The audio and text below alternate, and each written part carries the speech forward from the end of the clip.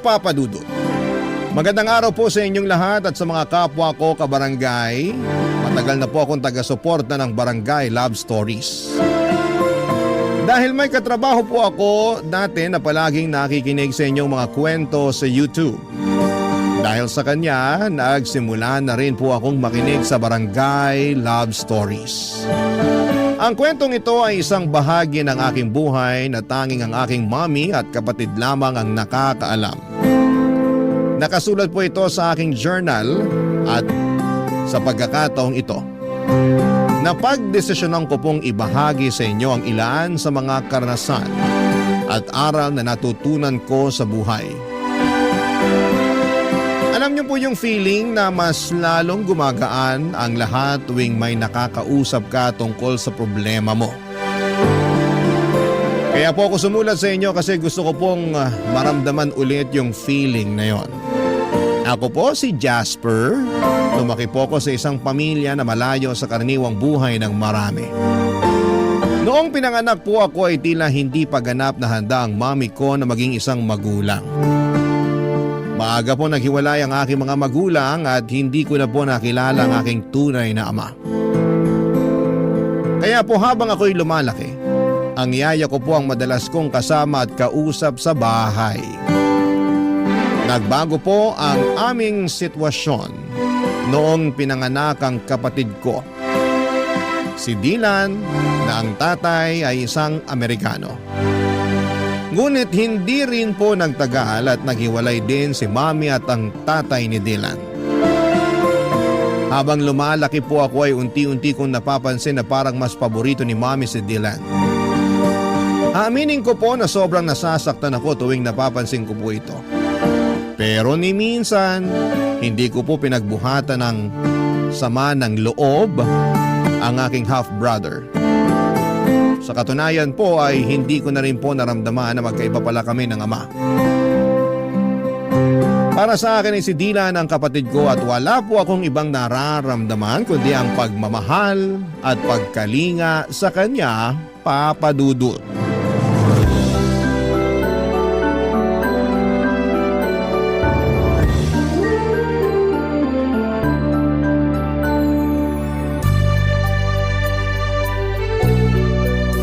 Ang tangos talaga ng ilong mo. Sana kahit kalahati man lang bigyan mo ako. Tapos ang puti-puti mo pa. Iba talaga pag may lahing kano. Mukhang naliligo kahit hindi naman talaga naliligo.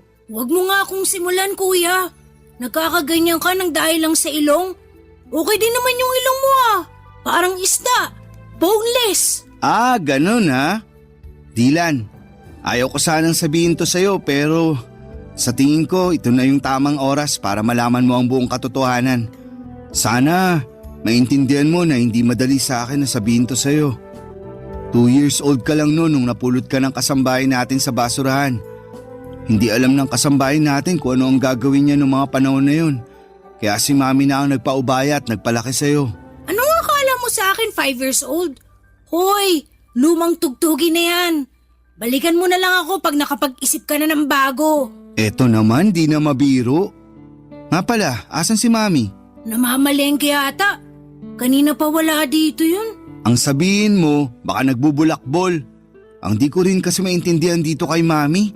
Para siyang teenager kung umasta.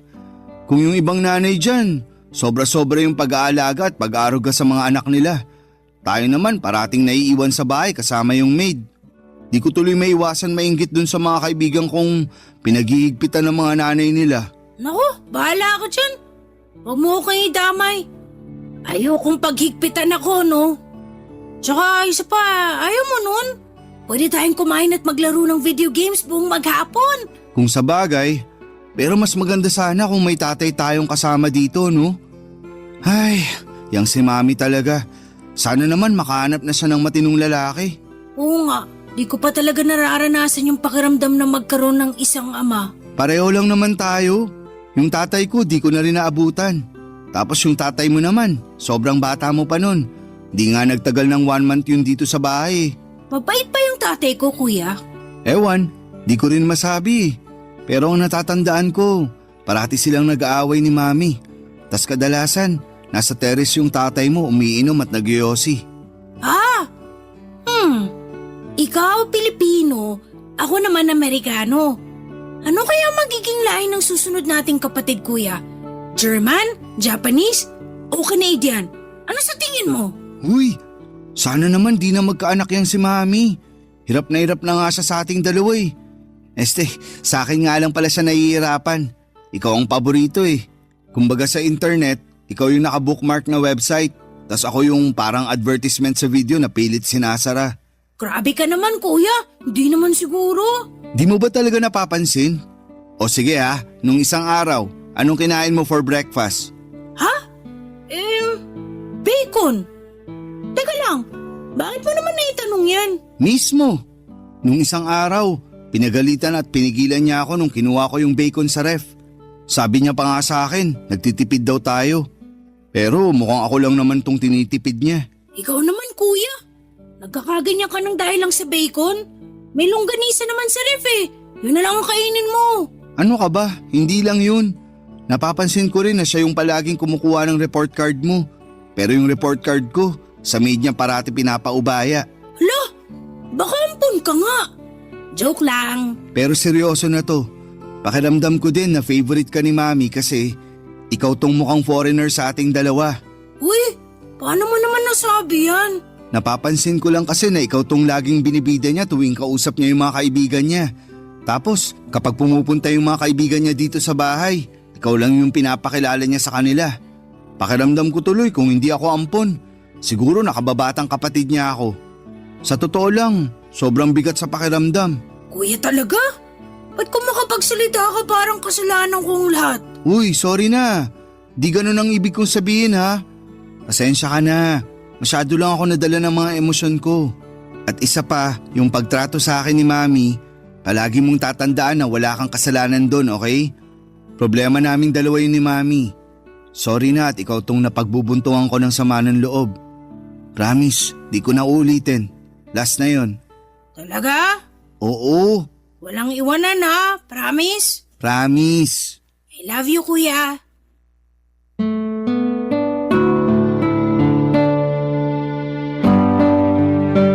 Ganyan kami ng kapatid ko, Papa Dudut. Laging nag-aasara, nag-aaway pero grabe. Sobrang mahal namin ang isa't isa. Kahit halos 6 na taon ang agwat ng edad namin, pakiramdam ko ay parang 1 taon lang ang pagitan namin. Siguro ay dahil alam naming pareho na kami lang din ang magtutulungan sa huli. Kasi tulad ng sinabi ko, si Mami palagi namang lumalabas. Tapos yung maid na lang yung nakakasama namin sa pang-araw-araw. Kaya kami ni Dylan magkasama sa lahat ng oras, pagkain, laro, problema. Lahat ng maliliit at malalaking bagay ay magkasama kami. Pero bigla po nagbago ang sitwasyon nang nakilala ni Mami si Nathan, isang French na hindi nagtagal ay naging boyfriend niya. Hindi ko talaga maintindihan yung nararamdaman ko ng mga panahong yon. Parang naghahalo-halo yung takot, pagwo-worry, at hindi ko alam kung matutuwa ba ako o mababahala. Sa totoo lang, sa pagkakakilala ko kay Mami, akala ko ay hindi rin magtatagal yung relasyon nila. Kasi hindi siya yung tipo ng tao na basta-basta magpapadala sa isang relasyon. Pero sa kabila ng lahat, at the end of the day ay masaya kami ni Dylan kasi naging mabait naman si Nathan sa amin. Hindi nagtagal ay nag-live-in na rin sila sa bahay na inuupahan namin. At doon ko na-realize na tila ba isang malaking pagbabago yung pagpasok niya sa buhay namin. Akala ko ay magiging one big happy family na kami. Yung tipong magkakasama kami masaya at walang sagabal. Pero laking gulat ko nang matapos ang 6 na buwan, may sinabi si Mami sa amin ni Dylan na talagang bumasag sa puso ko. Yung tipong hindi ko alam kung papaano tatanggapin. Kasi parang lahat ng pangarap at inaasahan ko ay bigla na lamang nawasak. Ipinagtapat ni Mami sa amin ni Dylan na balak niyang ikasal kay Nathan sa France.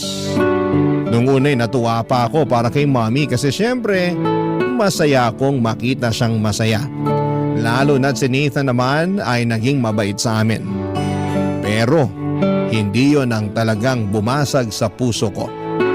Yung sumunod na sinabi ni Mami ang nagdulot ng pasakit na hindi ko alam kung papaano ko haharapin, Papa Dudut.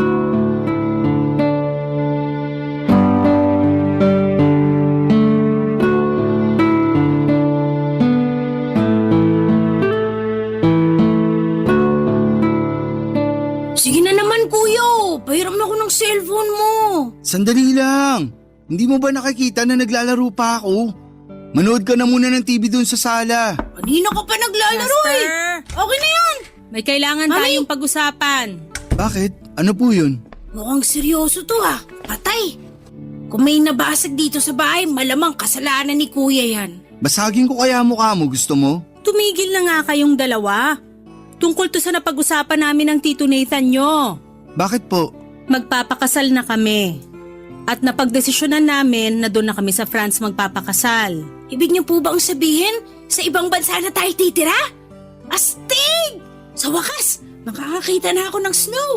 At napagkasunduan rin namin ng Tito Nathan nyo na si Dylan na muna ang dadalhin namin. Ano? Dylan, lumabas ka na muna. Pero kuya... Sige na, please. Sige na anak, iwan mo na muna kami ng kuya mo. Okay po.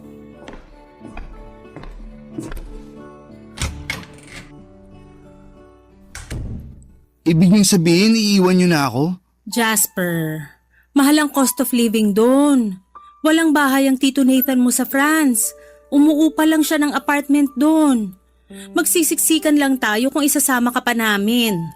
At isa pa, mas makakamura tayo kung dito ka na muna sa Pilipinas mag-aaral. Bakit pakiramdam ko na nagpapalusot lang kayo? Alam ko naman na sa simulat sampul pa lang si Dylan na ang paborito niyong anak. At wala kayong narinig sa akin dahil mahal ko naman yung kapatid ko na yan. Pero di ko akalain na aabot kayo sa puntong paghiwalayin niyo kami. Jasper, wala na akong magagawa. Pinoproseso na ni Tito Nathan ang visa ko pati na rin ang visa ng kapatid mo. At huwag ka mag-alala kasi pumayag na ang lola mo na dun ka muna mag-aaral at titira sa kanya sa probinsya. Sobrang unfair niyo naman po.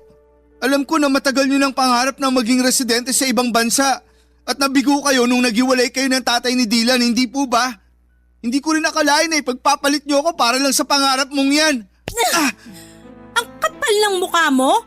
Buwas-bawasan mo yung tabas ng dila mo dahil kung hindi mas malalapad siya na aabutin mo sa akin.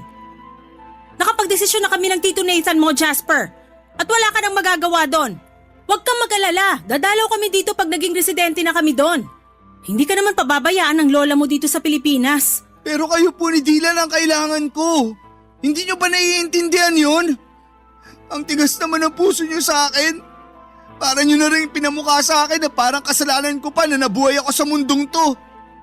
Kung ganito lang din naman ang kahinat na ng lahat ng to, sana pala iniwan niyo na lang ako kay Lola nung ipinanganak niyo ako. Bakit niyo ba ako kinupkup kung hindi niyo rin naman pala kayang panindigan? Anong klase kayong ina? Isa pa, Jasper, at tatamaan ka na talaga sa akin. Umayos ka, hindi kita pinalaking bastos. Kung tutusin, hindi niyo naman ako pinalaki, di ba? Buong buhay ko, lagi kayong wala. Ano po ba ang naging kasalanan ko sa inyo para tratuhin niyo ako ng ganito? Kuya? Kuya, ano pang sinabi ni Mami sa'yo? Nagbago ba ang isip niya? Mukhang buo na ang desisyon niya. Kung ganun, hindi ako sasama sa kanila. Dito lang ako sa tabi mo, kuya. Dylan, wag. Ha? Anong ibig mong sabihin? Mas magiging maganda ang buhay at kinabukasan mo pag sumama ka papuntang France. At dun, mararanasan mo na rin ang pakiramdam ng magkaroon ng isang buong pamilya.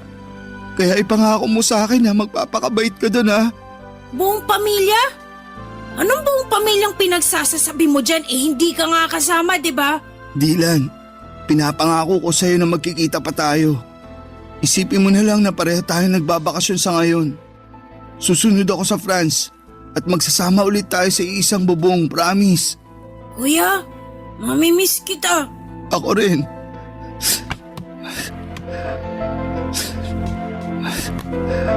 Oh, eto.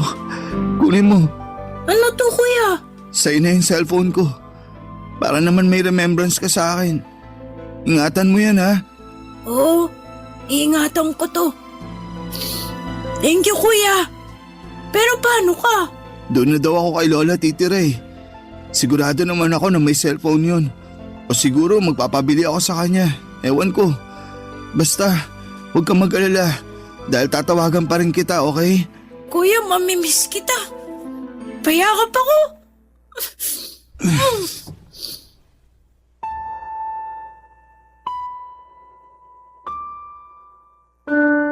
Papadudot, sobrang nasaktan ako sa naging desisyon ng nanay ko.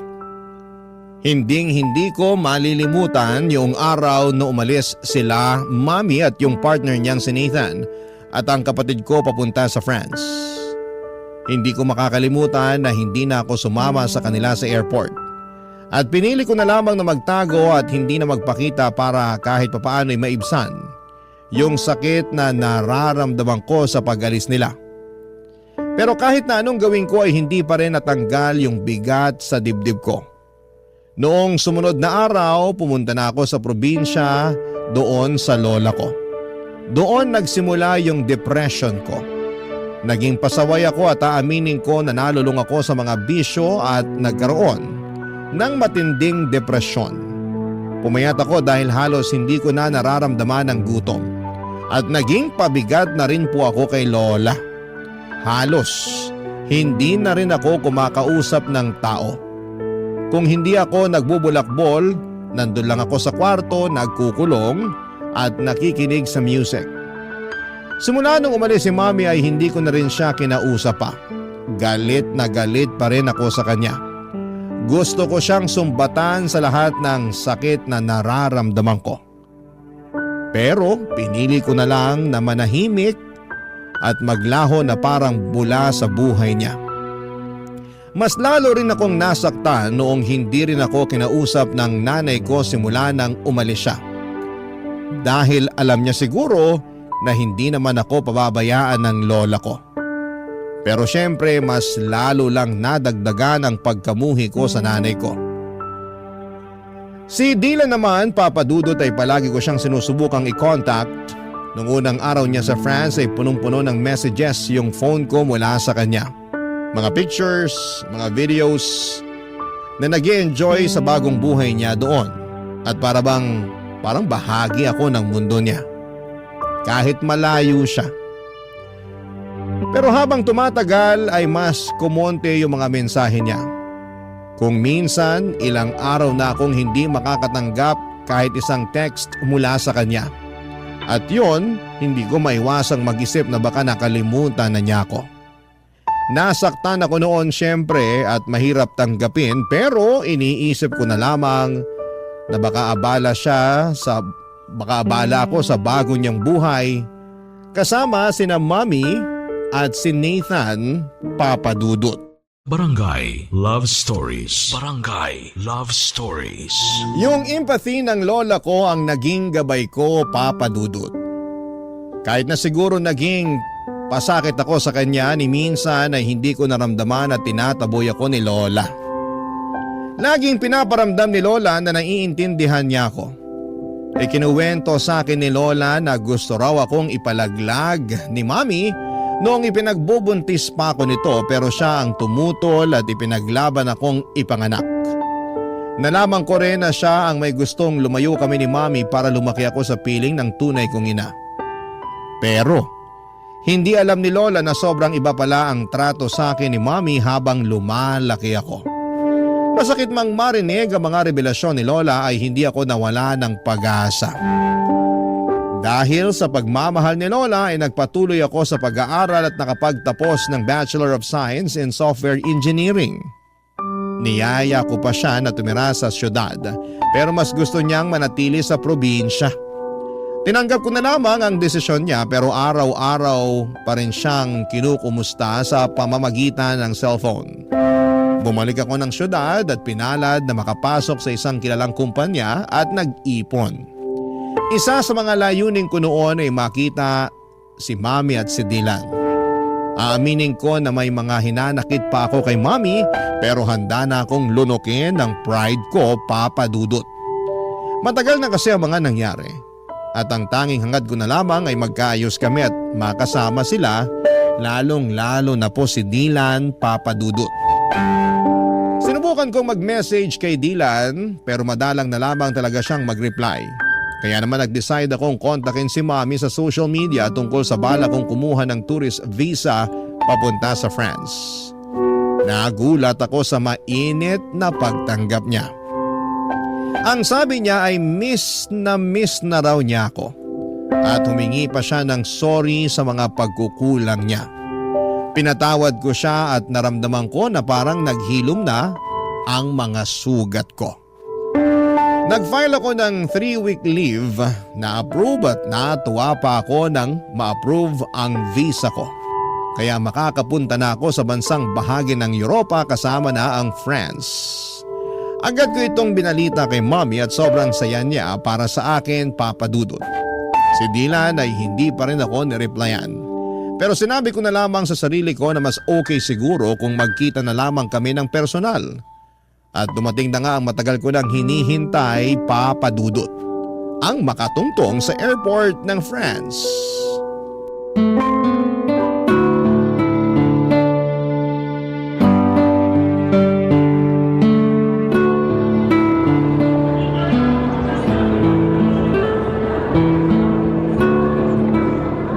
Jasper!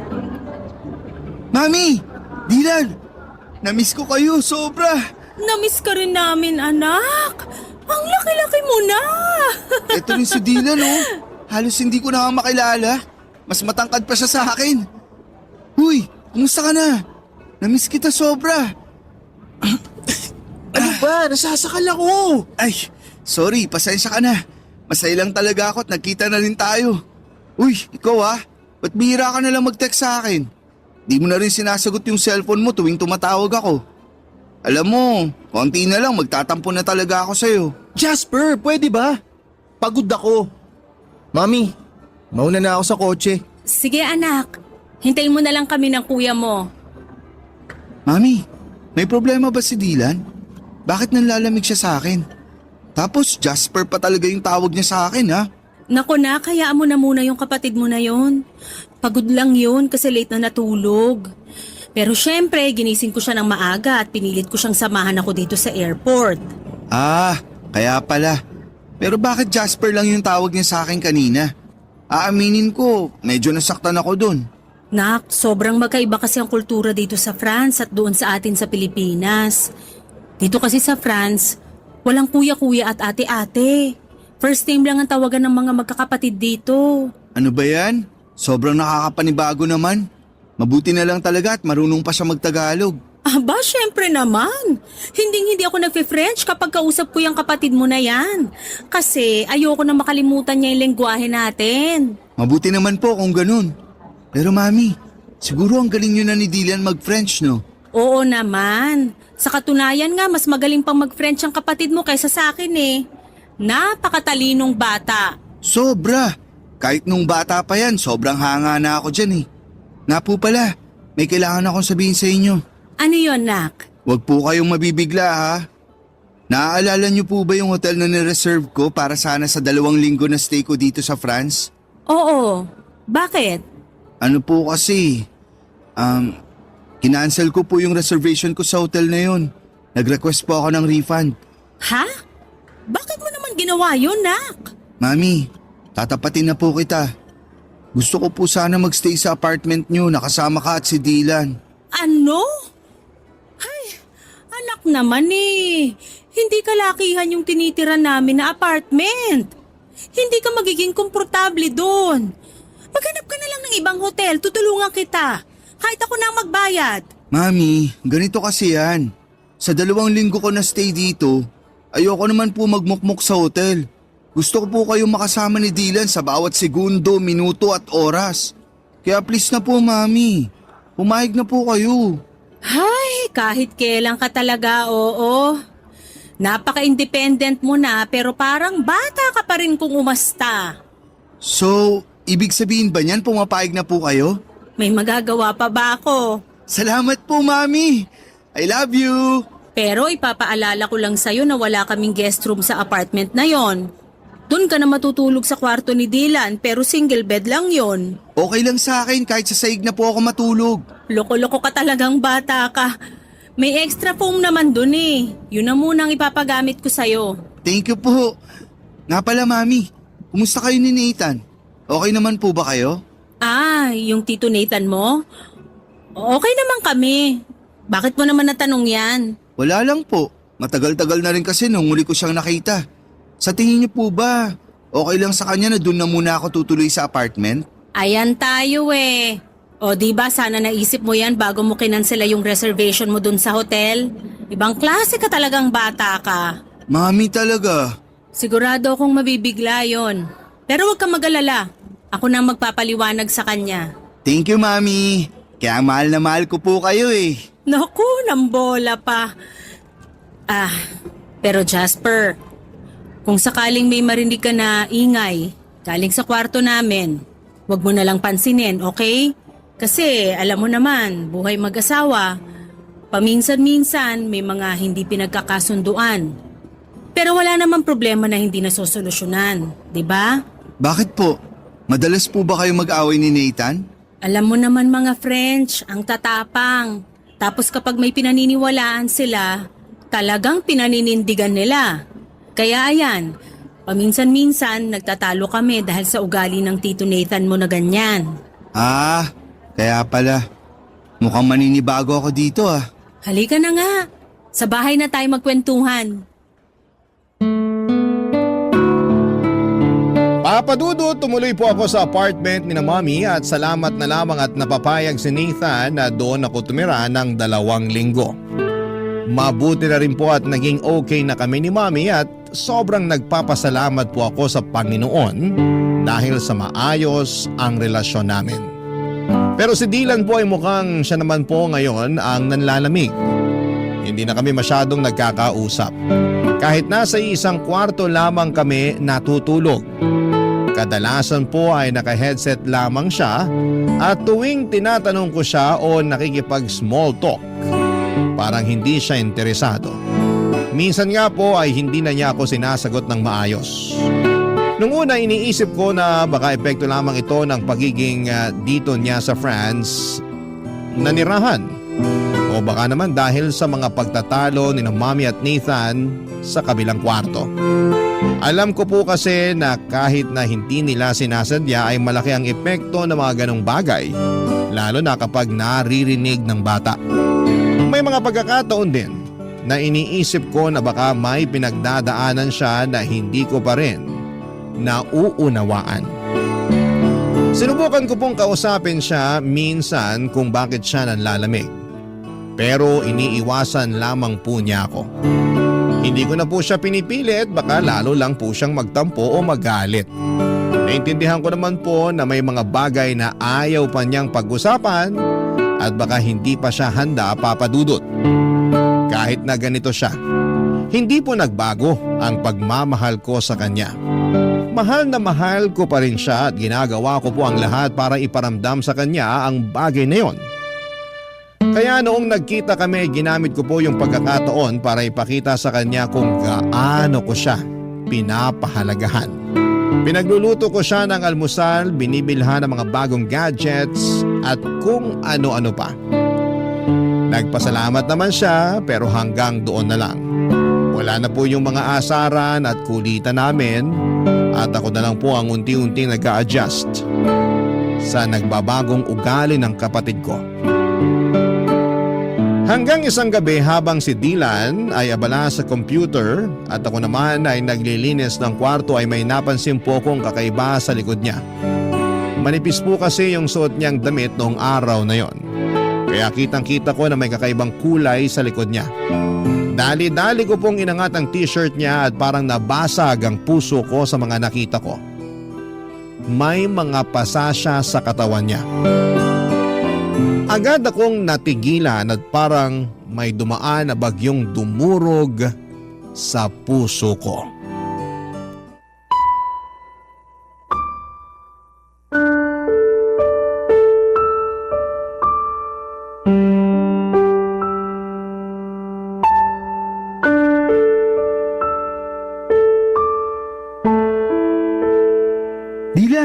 Ano yan ha?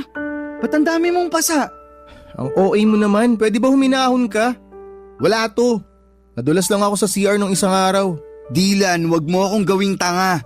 Alam ko yung pinagkaiba ng pasa na galing sa aksidente at pasa na sinadya. Sino may gawa nito sa'yo ha? Magsalita ka. Ano bang pakialam mo, ha? Ipapaalala ko lang sa'yo, Jasper, hindi kita kapatid. Hindi tayo lumaki sa iisang bahay. At higit sa lahat, magkaiba tayo ng tatay. Kaya utang na loob, lubayan mo na ako, tigilan mo na yung pagpapanggap mo na concern ka sa akin. Seryoso ka? Talaga ba, Dylan? Ang sakit mo naman magsalita. Ganyan na ba talaga kasama ang tingin mo sa akin? Ni minsan hindi ko inisip na magkaiba tayo ng tatay. Simulat sa pool, kapatid na buo ang tingin at turing ko sa'yo. Ba't ka ba nagkakaganyan ha? Ano bang nagawa akong kasalanan sa'yo para kamuhian mo ako ng ganito katindi? Nangako ka sa akin dati na susunod ka, di ba? Nangako ka na magkikita tayo ulit, pero pinaasa mo lang ako. Ang tagal ko naghintay, nagmukha akong tanga. Hanggang napagod na lang ako. Napagod ako sa walang katapusang paghihintay dun sa pangako mong napako. Pero nandito na ako ngayon, di ba? Dylan naman. Hoy, wag ka nga umasta na parang kasalanan ko kung bakit ako nagkakaganito. O nandito ka nga, pero iiwan mo rin naman ako pagkatapos ng 2 linggo eh. Sana hindi ka na lang pumunta dito. Nagsayang ka na ng oras, nagsayang ka pa ng pera. Dylan, makinig ka. Please, wag mo namang isumbat sa akin yung pagkakalayo natin. Wala ni isa sa atin ang ginusto na mangyari yun. Akala mo ba hindi ako nasaktan na pilit akong inilayo sa nag-iisa kong kapatid? Durog na durog ako nung umalis kayo. Hindi ko alam kung paano ko hinarap ang bawat araw na wala ka sa tabi ko. Pero wala na akong magawa nun. Kaya tiniis ko, Dylan. Tiniis ko yung sakit na yun. Kasi alam ko na mas magiging maganda ang buhay mo dito. At alam ko na mas makakamit mo yung mga pangarap mo dito. Kahit kailan, hindi ko pinangarap na mabugbog ng asawa ng nanay ko. Teka lang, si Nathan? Siya ang may gawa nito sa'yo? Magbabayad siya sa ginawa niya sa'yo. Hayop siya? Hayop! Teka lang, kumalma ka nga. Masyado kang mainit eh. Makinig ka sa akin. Kung ano man yung ginagawa niya, hayaan mo na. Huwag ka na makialam. Mamaya madamay ka pa eh. Dylan, magpaliwanag ka. Bakit niya nagawa sa ito? Kailan nagsimula to? Paano? Sabihin mo na sa akin, parang awa mo na. Ay, sa akin niya binubunton yung galit niya kasi hindi siya mabigyan ni Mami ng anak. Wala naman kaming magawa ni Mami. Kailangan namin ng tulong niya eh. Kasi gusto namin maging legal na residente dito. Matagal ng pangarap ni Mami yun. Buwisit na pangarap yan. Wala man lang bang ginawa si Mami para ipagtanggol ka? Alam ni Mami lahat ng ginagawa sa akin ni Nathan. Pero wala nang pag-asa si Mami. Palagi na lang niyang pinagtatanggol yung asawa niya. Kaya siya unawain ko na lang daw kasi nga may pinagdadaanan. Bakit di mo agad sinabi sa akin to? Bakit? May magagawa ka ba? Kung sinabi ko sa ito noon pa? Kung makaasta ka para kang hero ah. Wala ka rin naman magagawa eh. Di ba? Eto ba ang dahilan kung bakit di mo sinasagot mga messages at tawag ko sa'yo? Dahil mas pinili mong sarilinin ang lahat ng problema mo? Oo. Napakatanga ko! Napakabobo ko! Napakalaki kong gago! Dapat nandito ako nung mga panahong kinailangan mo ko. Dapat nandito ako nung mga panahong kinailangan mo ng taong magpoprotekta sa'yo. Dapat nandito ako nung mga panahong wala kang karamay at kinailangan mong ilabas lahat ng sakit ng dahil sa lahat ng pinagdadaanan mo. I'm sorry, Dylan. Patawarin mo ako. Hindi mo kailangan humingi ng tawad. Pasensya ka na kung pinamukha ako sa'yo na kasalanan mo lahat kung bakit nangyayari to. Ang importante, hindi ka na ulit masasaktan ng animal na yon, naiintindihan mo? Alam mo kung ano yung pinakamasakit para sa akin? Yung simula pagkabata natin, ikaw yung paboritong anak ni Mami pero hindi ka man lang niya nagawang ipagtanggol sa hayop na Nathan na yon. Hindi ko alam kung paano natiis ni Mami yung ganitong klaseng sitwasyon, Dylan. Hindi ko na talaga kaya dito. Sasama na ako sa'yo. Parang awa mo na isama mo ko. Sorry kung hindi kita pinakitunguhan agad ng maayos. Ang totoo niyan, gustong gusto na kitang yakapin nung unang araw pa lang na nagkita tayo dun sa airport. Pero nilamon kasi ako ng inggit eh. Nilamon ako ng lungkot. Naiinggit ako kasi malaya mo nagagawa lahat ng mga bagay na gusto mo. Habang ako, mala impyerno yung buhay ko dito. Kung akong papipiliin, mas gugustuhin ko na ako na lang sana'y naiwan sa Pilipinas eh. Dylan, alam kong alam mo na kung may paraan lang para pagbaligtarin ko ang sitwasyon nating dalawa. Matagal ko na yung ginawa. Mahal na mahal kita, kuya. Mahal na mahal kita, Dylan. Sobra. Huwag kang mag-alala. Iuwi na kita sa Pinas. Kayo ni Mami. Wala nang dahilan para manatili pa kayo dito. Hindi na ako makakapayag na saktan ka pa ng hayop na yon. Salamat, kuya.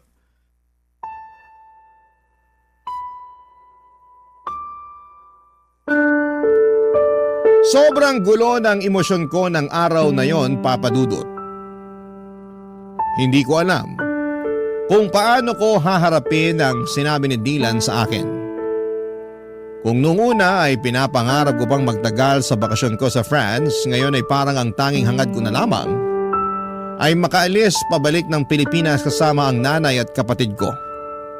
Kinausap ko si Mami noon at pinilit kong kumbinsihin siyang bumalik na sa Pilipinas kasama ko, pero tila baga nakatanim na sa isipan niya ang pangarap niyang maging residente ng ibang bansa. Pinagbantan niya rin ako na hindi ko raw pwedeng i-report sa authority ang kalaguyo niya dahil masisira daw lahat ng plano niya. Tinutulan niya ang tulong ko at sa mga mata niya ay parang isang malaking pagkatalo na lamang ang bumalik sa Pilipinas. Sobrang sakit ng pakiramdam ko. Kahit na anong pilit ko ay nagmatigas siya, Papa Dudut. Kitang-kita ko na ang toxic na ang relasyon nila ng asawa niyang Frances. Pero hindi pa rin siya tumitigil sa pangarap na makapagtuloy sa ibang bansa. Ang hirap, Papa Dudut. Ipinaglaban ko si Mami sa paulit-ulit na paraan, subalit sa kanya ay tila wala nang saysayang lahat. Kaya't gumawa ako ng paraan at sa huli ang tanging magagawa ko na lamang ay iligtas at dalhin si Dylan pabalik ng Pilipinas. Pagdating namin sa Pilipinas ay parang isang milagro. Ang dating pagkatao ni Dylan pati na rin ang relasyon namin ay muling nabuhay. Parang ang mga piraso ng aming koneksyon na matagal nang nawalay ay unti-unting nagsimulang magdikit muli. Naramdaman ko ang pagbabalik ng tiwala. Bukas siya sa akin at sa bawat araw ay tila mas nagiging malapit kami sa isa't isa, Papa Dudut. At ngayon dito na rin siya tumitira kasama ko sa kondo na inuupahan ko. Lahat ng mga pangangailangan niya ako na ang nag-aalaga at nag-aasikaso. At si Mami naman kahit nalabag sa puso ko na iwanan siya sa France ay wala po akong magagawa. Pakiramdam ko noon kung patuloy ako magmamatigas at ipagpipilitan ang gusto ko ay baka si Mami na mismo ang magtulak sa akin papalayo at ayokong mawala pa siyang muli. Hindi ko kayang masira pa ang natitira naming relasyon. Kaya kahit na ang sakit ay sinabi ko na lamang sa kanya na tawagan ako kaagad kung umabot na sila sa punto ng pisikala ng asawa niya. Binigay ko na rin sa kanya lahat ng mga phone numbers na mga pwedeng magbigay ng tulong doon kung sakasakali. Papa Dudut, gulong-gulo po ako noon. Para akong naiwan sa gitna ng isang bagyong hindi ko kayang kontrolin.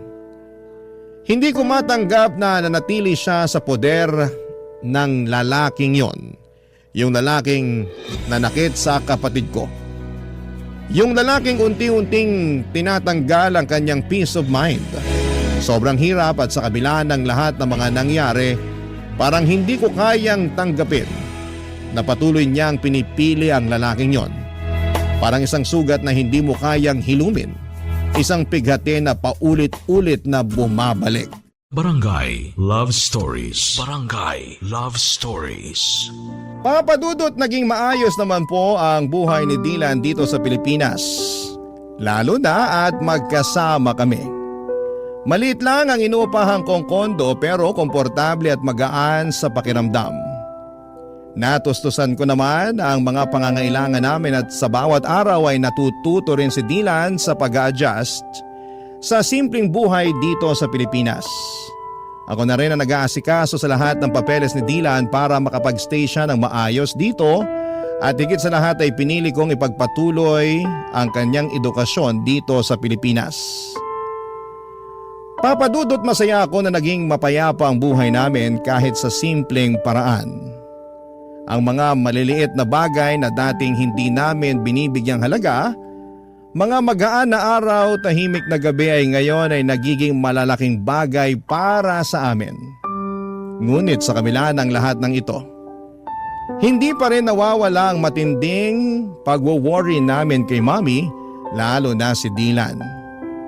Paminsan-minsan ay binabangungot pa siya, parang ang mga masasakit na alaala mula sa France ay patuloy na bumabalik, Papa Dudut.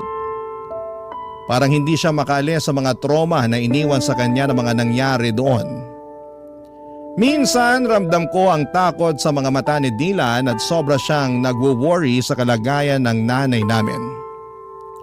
Hindi rin ako nakaligtas sa mga alalahaning yon. Pareho kami ng mga nararamdaman, yung bigat sa puso, yung takot na baka may mangyaring masama kay Mommy o kaya'y lalo siyang mapahamak, Papa Dudut. Ilang gabi rin ang lumipas na hindi ko maiwasang sisihin ang sarili ko. Sana'y mas pinilit ko si Mommy na bumalik sa Pilipinas kasama namin. Hanggang ngayon ay hindi ko pa rin mapatawad ang sarili ko sa desisyon kong iwanan siya doon. Marami akong tanong sa isipan ko kung sana'y mas pinilit ko pa siya, kung sana ay hindi ko siya iniwan, baka hindi na siya lumubog pa sa ganitong sitwasyon. Pero sa kabila ng lahat, Papa Dudut, ng pag-aalala at pagdududa, may mga bagay na kailangan ko ring tanggapin. Minsan, hindi mo kayang baguhin ang mga desisyon ng ibang tao. Lalo na kung ang pinipili nilang landas ay iba sa'yo.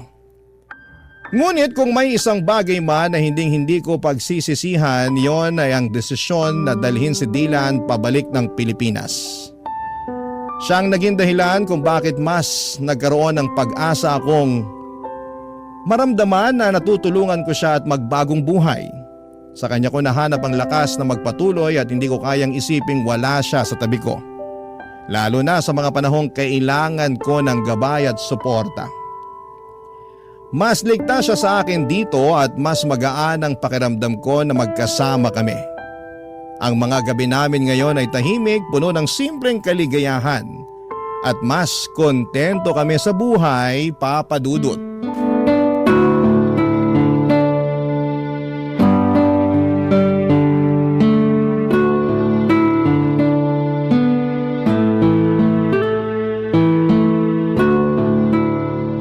Kuya, Oh, Dylan, ano yun? salamat talaga. Hindi ka nagdalawang isip na isama ako pabalik dito sa Pilipinas. Sobrang pasalamat ko lang talaga at malaki pa yung natitirang pera sa savings ko noong mga panahon na yun. Dahil doon, nakabili ako kaagad ng ticket mo papunta dito. Nabawasan pa tuloy yung savings mo dahil sa akin. Pasensya ka na talaga ha. Dylan, yan ang wag na wag mong iisipin. Yung pera, pwede ko ulit kitain yan. Pero hindi ko na mapapatawad ang sarili ko kung may mangyari pang masama sa'yo doon. Ang bait mo talaga kuya. Pero wag masyado ha. Baka kunin ka na ni San Pedro. Sira! Nga pala, kumusta pag-aaral mo? Ayun, okay naman. Medyo nakakapanibago lang ng konti kasi nga magkaiba yung educational system dito sa Pilipinas dun sa France. Pero huwag kang mag-alala. Makaka-adjust din ako dito. Ikaw pa ba? Mas matalino ka pa nga sa akin eh. Kayang-kaya mo yan. Sure yan. Sana nga. Ay, Uy, mukhang may iniisip ka ah. Anong problema? Okay ka lang?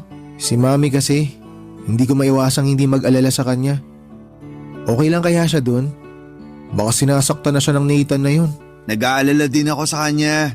Pero parati naman kami nagtatawagan at mukhang okay naman siya. Ay, sana lang talaga okay siya ron. Huwag ka nang mag-alala. Alam mo naman si Mami, matapang yun. Hindi yun umuurong sa kahit anong laban. Kuya, mali ba yung naging desisyon ko? Ha? Anong ibig mong sabihin? Na sumama pabalik sa'yo dito sa Pilipinas. Sobra kasi ako nagigilty. Naiisip ko kasi mas maganda ata kung nagpaiwan na lang ako dun kay Mami. Sana kasama niya pa rin ako hanggang ngayon. Dylan, makinig ka. Wag na wag mong sisisihin ang sarili mo ha? Dahil wala kang ginawang mali. Tama lang yung ginawa mo na umalis sa poder nila. Ito ang lagi mong tatandaan. Hindi mo kailanman kailangang tiisin ang pang-aabuso ng isang tao sa'yo.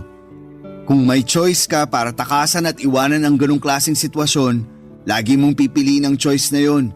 Naiintindihan mo ba yon? Si Mami ang mali dito, Dylan. Siya ang may kailangang baguhin.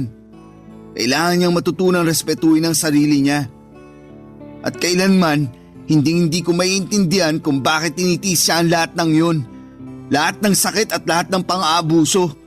Para lang maging legal siya na residente. O teka kuya, kalma ka lang.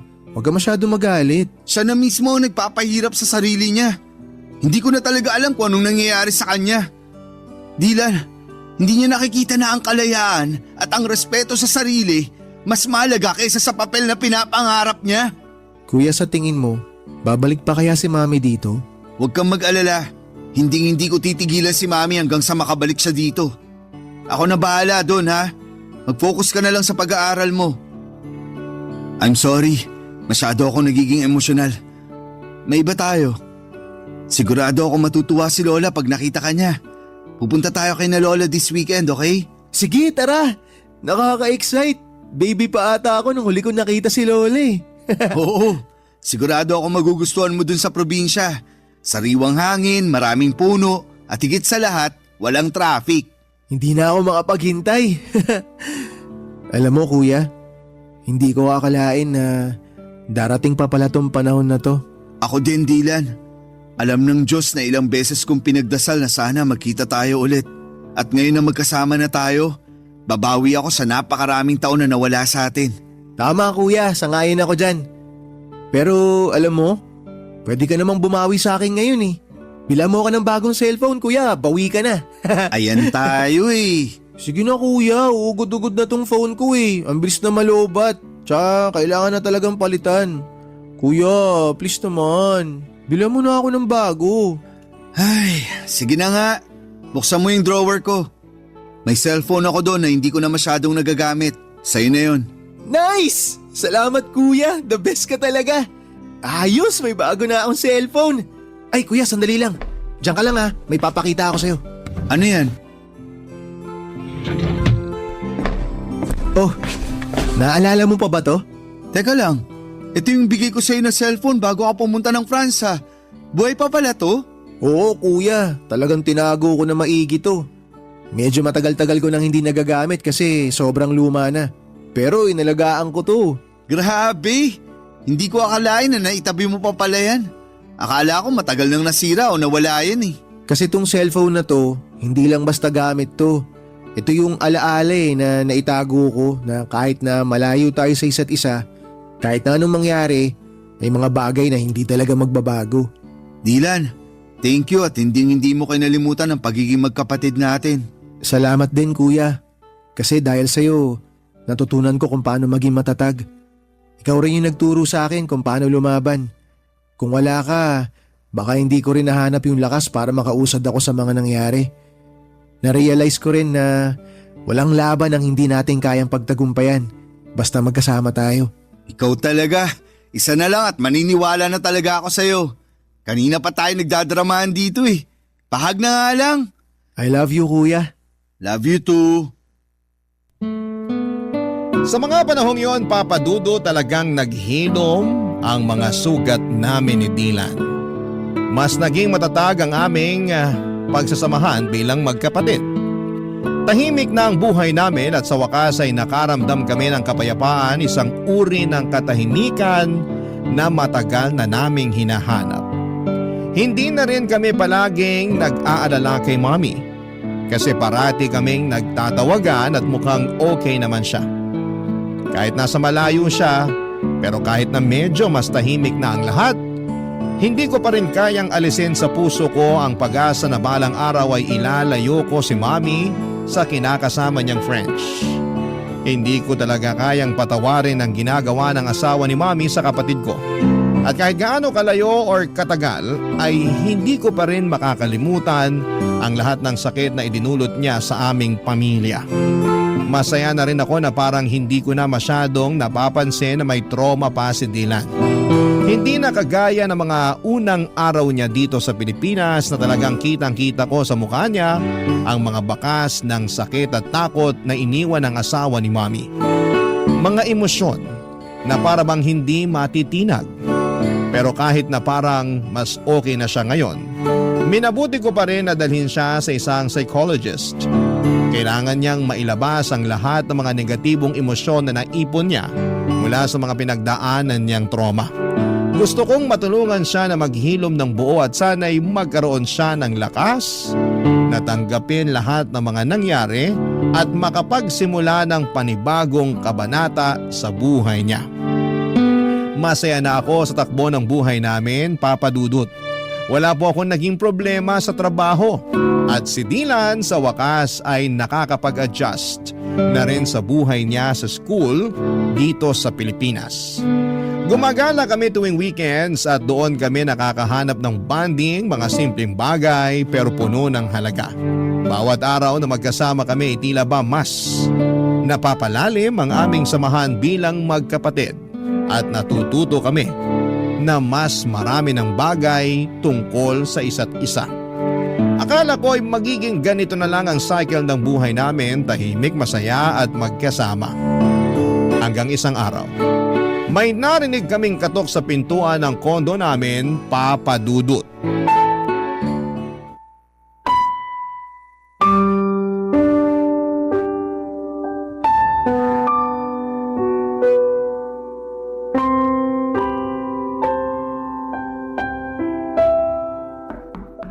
Sandali lang!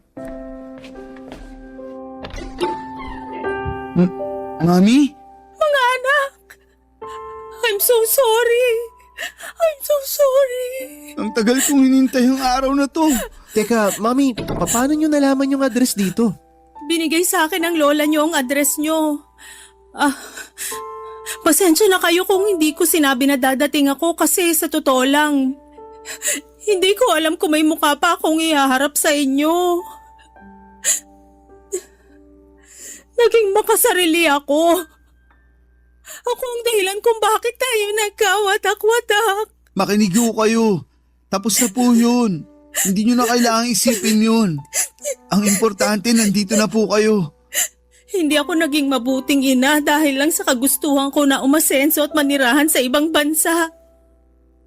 Naging unfair ako sa inyong dalawa. Mga anak, I'm so sorry. Sising-sisi na ako sa mga naging desisyon ko sa buhay. Mami, wag nyo nang isipin yun. Okay na po tayo. Hindi nyo po alam kung gaano kami kasaya ni Kuya ngayon na nandito na kayo. Tsaka ang mas mahalaga ngayon, Mami, kumpleto tayong tatlo. At mas matatag na tayo ngayon. Tama po si Dylan. Hinding-hindi na po tayo magkakaiwalay ulit. Lahat ng pagkakamali ko, lahat ng sakit na naidulot ko sa inyo, parang isang malaking kasalanan na hindi ko na kayang itama. Walang kapatawaran yung ginawa ko sa inyo, mga anak. Mami, napatawad ka na namin ni Kuya. Matagal na. Hindi ko alam kung paano ko mapapalitan yung panahon na nawala sa atin, pero kung may pagkakataon pa, babawi ako sa inyong dalawa. Ang importante po, narito tayo ngayon at nandiyan kayo sa tabi namin. Hindi na natin may babalik ang nakaraan pero sigurado ako na mas marami pang magagandang bagay na mangyayari. Lalo na ngayon na magkakasama na tayo. Salamat mga anak. Hindi ko alam kung anong ginawa ko para maging deserving pa ako ng pagmamahal nyo. Pero sobrang nagpapasalamat ako na may pagkakataon pa akong magbago at maayos ang lahat. Sobrang bigat ng kasalanan ko sa inyong dalawa. Mami, mahal na mahal ka po namin. Dylan, nagbulag-bulagan ako sa mga ginawang kahayupan sa iyo ni Nathan dahil lang sa pagmamahal ko sa kanya at sa kagustuhan ko na maging legal na residente. Naging impyerno ang buhay mo dahil hinayaan ko siya sa mga ginawa niyang kawalangyaan sa iyo, anak. Hindi mo deserve lahat ng nangyari sa iyo. I'm so sorry. Mami, aaminin ko po. Sobra ako nasaktan nang malaman ko na sinasaktan ni Nathan si Dylan. Akala ko po kasi noon, mas magiging ligtas si Dylan sa inyo. Lalo na't siya yung paborito niyong anak kahit noon pa man. Huwag niyo po sanang mamasamain pero wala naman pong problema sa akin kung siya ang paborito niyo. Ang sa akin lang po, sana pinrotektahan niyo siya laban sa hayop na yun. Pero sa sobrang dami na nang nangyari, hindi ko na po kayang magtanim ng sama ng loob laban sa inyo. Masaya lang po ako ngayon at ligtas kayo.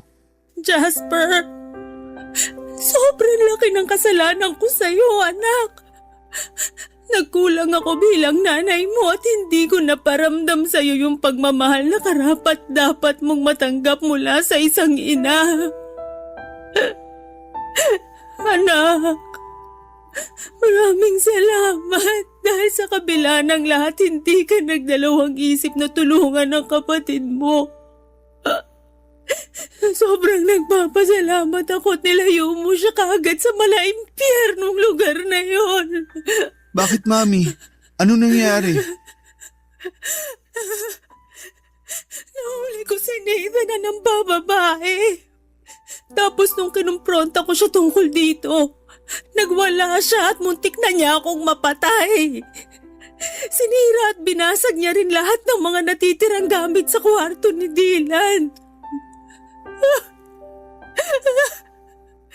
Hindi ko lubos maiisip na baka nasaktan niya ng husto yung kapatid mo kung hindi mo siya sinama pa uwi dito sa Pilipinas. Napakawalang iya niya. Mami, please sabihin niyo sa akin na pinakulong mo na ang hayop na yon. Anak, hindi ko na kaya na makita pa ang pagmumukha niya. Sa mga panahong yon, na-realize ko kung gaano kabigat at katindi ang pagkukulang ko sa inyong dalawa. Wala na akong ibang inisip ng mga panahon na yon kung hindi ang makabawi sa inyong dalawa. Kaya ginamit ko yung natitirang pera ko para makauwi dito sa Pinas. Mami, kailangan nyo na siyang hiwalayan ng tuluyan. Ayoko na magkaroon pa kayo ng kahit na anong ugnayan sa kanya. I-delete nyo na yung phone number niya sa phone nyo. I-block nyo siya sa lahat ng social media. Baka masundan niya tayo dito tapos saktan na naman niya ako. Ayoko na ng ganun, Mami. Hindi ko na kaya. Dylan, makinig ka sa akin. Wala nang mananakit sa'yo dito. Ligtas ka na sa poder namin. Hindi na ako makakapayag na may manakit pa sa'yo. Anak, makinig ka sa kuya mo. Hindi ka namin pababayaan. Mamamatay muna ako bago ka pa niya masaktan uli. Naiintindihan mo ba yon? Kuya, Mami, mahal na mahal ko po kayo. Mahal ka rin namin, Dylan. Huwag kang mag-alala, anak. Magbabago na ang lahat simula sa araw na to. Hindi na tayo maghihiwalay.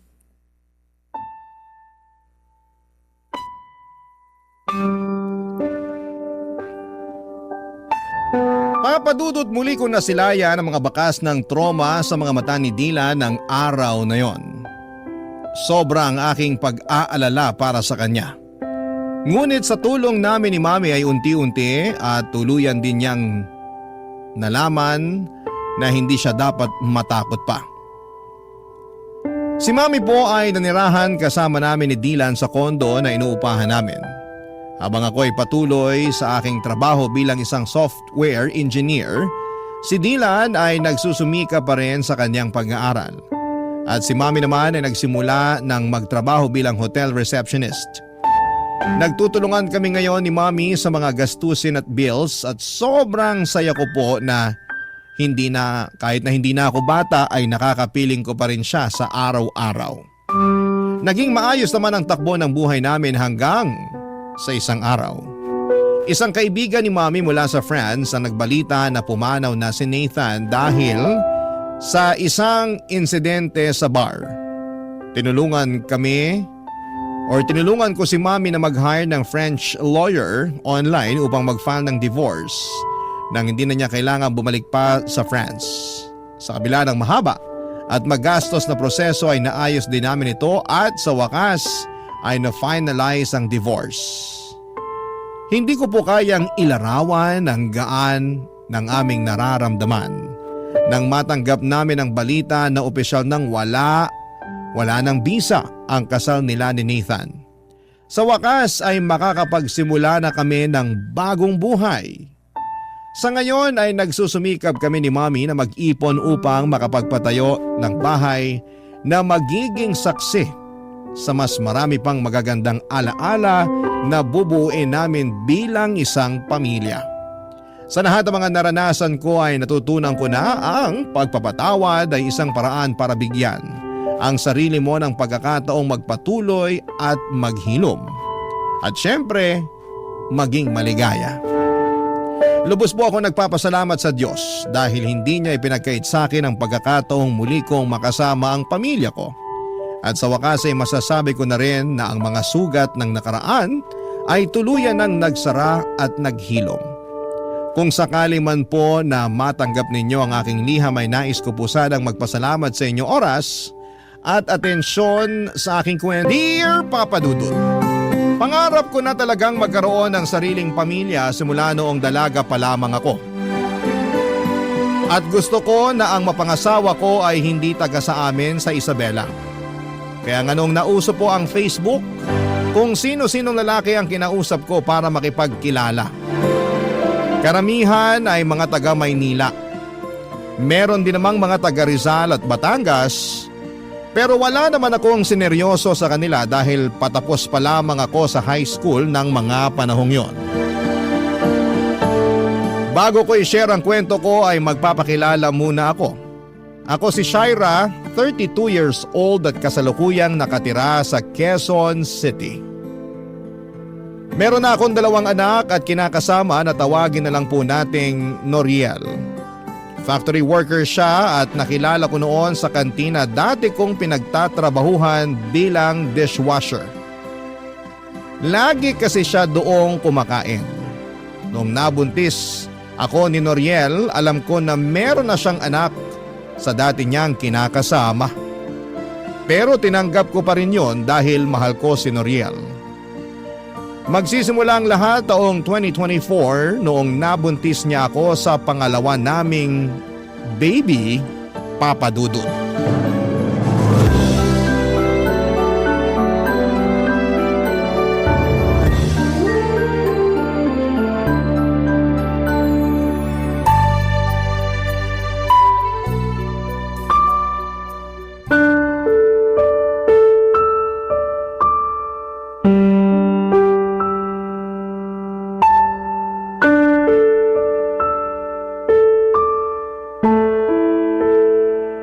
Kamusta? Anong resulta? Ayan o, tignan mo. 2 guhit? Ibig sabihin buntis ka, sweet cake ko! Huwag mo nga ako tawagin ng ganyan, naiirita ako eh. Naiirita ka kasi buntis ka? Oo, Bakit? Blessing kaya yan. blessing nga pero kapapanganak ko pa lang, di ba? 3 buwan pa lang yung panganay natin tapos nabuntis mo na naman ako. Dumidede pa nga sa akin yung anak natin. O ano naman? Anong ano naman? Natural, mabubuntis ka kasi may nangyayari sa atin. Oo nga, pero sabi ko di ba ayoko pang magka-baby tayo. Labo mo naman eh. Di mo kasi naiintindihan. Lalo hindi ikaw ang nagbubuntis. Hindi talaga, dahil trabaho niyo mga babae ang magbuntis. Di ka na talaga naawa sa akin, no? Alam mong hirap na hirap ako nun sa pagbubuntis sa panganay natin. Tapos binuntis mo na naman ako. 3 buwan pa lang walang nangyayari sa atin tapos init na init ka na dyan. Ilang beses ko nang nasabi na hindi pa ako handa. Na ayoko pa. Lalo pa dumidede pa yung panganay natin pero hindi mo ako pinakinggan. Tinuloy mo pa rin. Ginalaw mo pa rin ako kahit labag sa loob ko. Pinagbigyan kita pero nakiusap ako na wag mo akong bubuntisin pero hindi ka nag-ingat. Hindi ko na kasalanan yun. Sana uminom ka ng pills para hindi ka mabuntis. Tapos ako ngayon sisisihin mo. Ayos ka rin talaga eh. Uminom naman ako pero ang daming komplikasyon sa akin. Diba sabi ko naman sa'yo yun? Grabe ang sakit ng ulo ko, kulang na lang iuntog ko sa pader para lang mawala. Hirap pa ako makatulog sa gabi at kung ano-ano pang pangit na bagay yung mga naiisip ko. Dagdagan mo pa yung puyat sa pag-aalaga sa anak natin at mga gawaing bahay. Inggit na inggit nga ako sa'yo kasi palagi na lang mahimbing ang tulog mo sa gabi. Tapos ikaw pa ang galit pag iniistorbo ko ang tulog mo dahil lang gusto kong magpatulong sa pag-aasikaso sa baby natin. May trabaho pa kasi ako kinabukasan nun. Ikaw kaya pumasok na puyat, sige nga. Di mo kasi alam na bantay sarado kami ng bisor namin. Bawal aantok-antok sa production. Kaunting mali mo lang, siba ka. At yun ang iniiwasan ko dahil kawawa tayo. Sana naisip mo man lang yun. Lagi kong iniisip ang kapakanan mo, kung anong mararamdaman mo. Pero ako ba? Kahit konti, iniisip mo rin? Ano bang klaseng tanong yan? Sagutin mo na lang. Malamang oo. Kaya nga ako nagsisikap sa pagtatrabaho para sa'yo at sa anak natin. Talaga lang Para ka namang sira eh. Sira na kung sira. Pero para sa akin, hindi totoo yung sinasabi mo. Kasi kung totoo na iniisip mo ang kapakanan ko, hindi mo ako agad bubuntisin. Wala kang awa sa akin? Akala mo ganun lang kadaling mag-anak? Kung makapagsalita ka parang di natin anak yung dinadala mo Paano na lang pag lumaki ang batang yan at nalaman niya na ayaw mo sa kanya? Ano na lang mararamdaman niya? Hindi ko sinabi na ayaw ko sa anak natin. Ang akin lang, hindi pa to yung panahon para magbuntis na naman ako. Hindi ka ba nakakaintindi? 3 buwan pa lang yung panganay natin, Noriel. Hindi naman kaagad lalabas yung pangalawa natin. May ilang buwan pa para lumaki yung panganay natin. Hirap sa'yo, masyado kang OA. Ako pa talaga yung OA? Eh sino pa ba? Alam nga namang nanay ko tayo lang naman nag-uusap dito. Isa pa yung nanay mo. Anong ginawa sa'yo ng nanay ko? Baka pag nalaman niyang buntis na naman ako, may masabi na naman siya sa akin. Kagaya nung unang beses na nabuntis ako. Pabayaan mo na si nanay. Ganun lang talaga yun. Masyado madaldal pero wala namang ibig sabihin yung mga sinasabi niya. Hindi mo ba nakikita na tuwang-tuwa naman siya sa apo niya nung pinanganak mo? Sigurado akong matutuwa lang din yun pag nalaman niyang buntis ka. Duda ako dyan sa sinabi mo. Parang hindi mo naman kilala nanay mo. Kilala ko siya kasi nanay ko siya. Ikaw ang baka hindi nakakakilala sa kanya. Ay, ewan ko sa'yo. Kahit ano talagang sabihin ko, wala akong boses pagdating dyan sa nanay mo. Hirap sa'yo lahat ginagawa mong issue. Una yung pagbubuntis mo. Tapos ngayon nanay ko naman. Wala ka talaga sa hulog eh.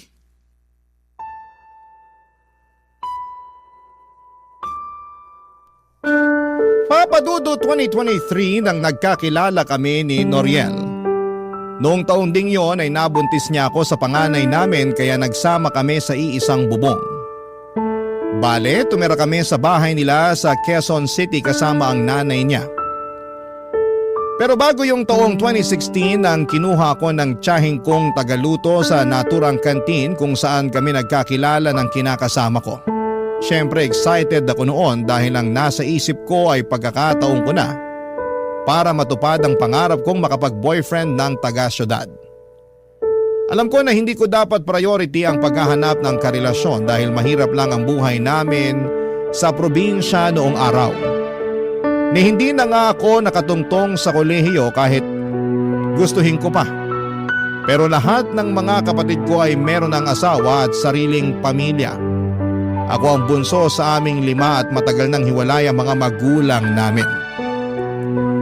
Laking lola kami pero namatay na rin siya noong 2016 kaya nga tuwang-tuwa ako nang papuntahin ako sa Maynila ng tiyahin ko para magtrabaho dito. Palagi akong pinagsasabihan ng tiyahin ko na mag-ipon ng pera para may panggastos ako sa oras ng pangangailangan. Pero hindi ko yon masyadong iniintindi, Papa Dudut. Noong naranasan ko na kasing sumweldo ay naging magastos po ako. Tapos kung sino-sino pa ang dinidate kong lalaki na nakikilala ko lamang online. Kaya nga may reputasyon ako na maharot sa mga mata ng tiyahin ko. Pero hinayaan na lamang nila ako dahil nasa tamang edad na raw ako.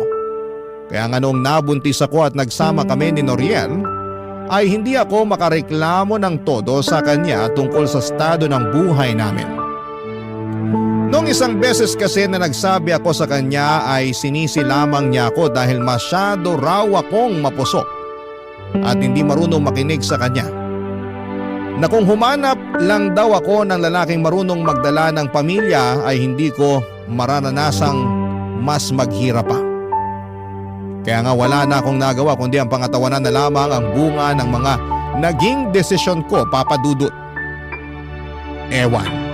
Hindi yata talaga ako siniswerte sa buhay lalo na sa kinakasama at dumagdag pa sa stress ang nanay niya na palagi akong inaaway kahit na wala naman akong ginagawang masama sa kanya, Papa Dudut.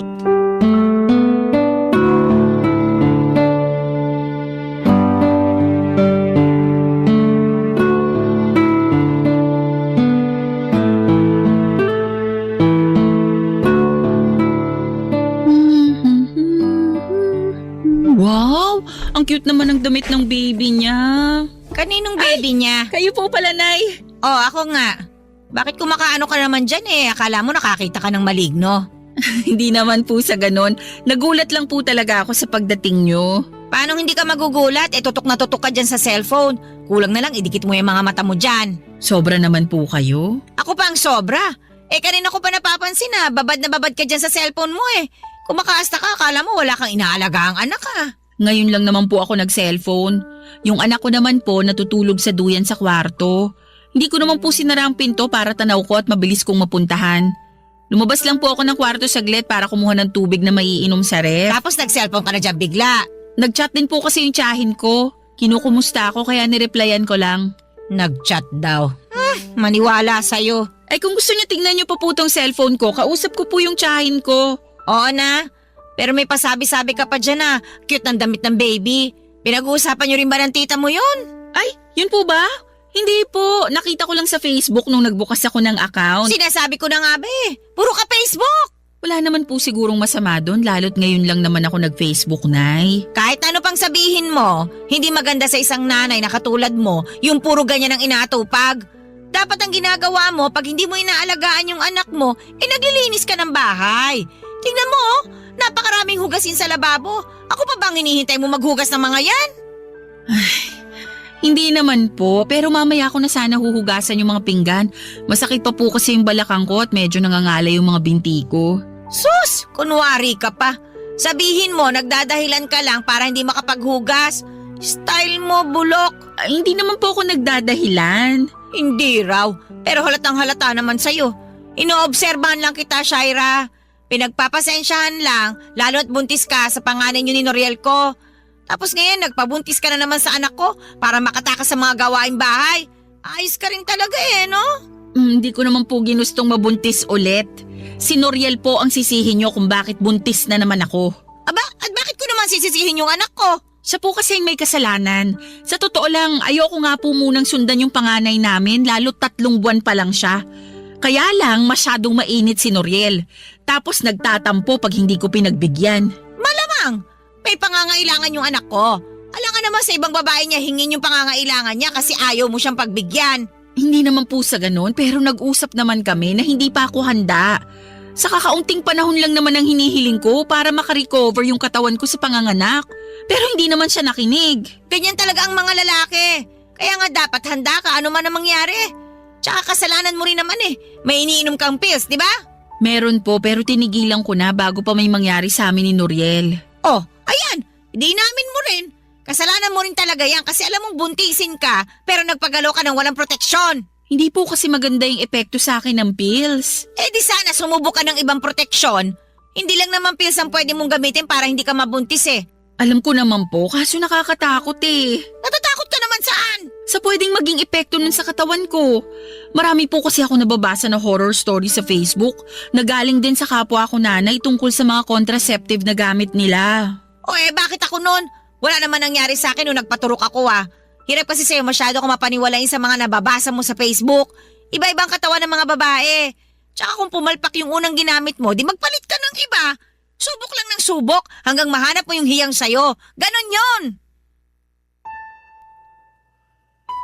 Papadudod simula pa lang noong tumungtong ang mga paako sa bahay ni na Noriel ay pinagtaasan na talaga ako ng kilay ng nanay niya.